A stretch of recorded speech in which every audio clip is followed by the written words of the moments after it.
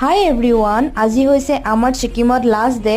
আমি আজিয়ে শিলিগুৰিলৈ উভতি যাম যিহেতু অহাকালি আমাৰ ট্ৰেইন আছে। তো সেইকাৰণে ৰাতিপুৱাই আমি হোটেলৰ পৰা ওলালোঁ আৰু ওলাই আমি এটা জেগা চাবলৈ বাকী আছিলে, সেই জেগাটোলৈ গ'লোঁ।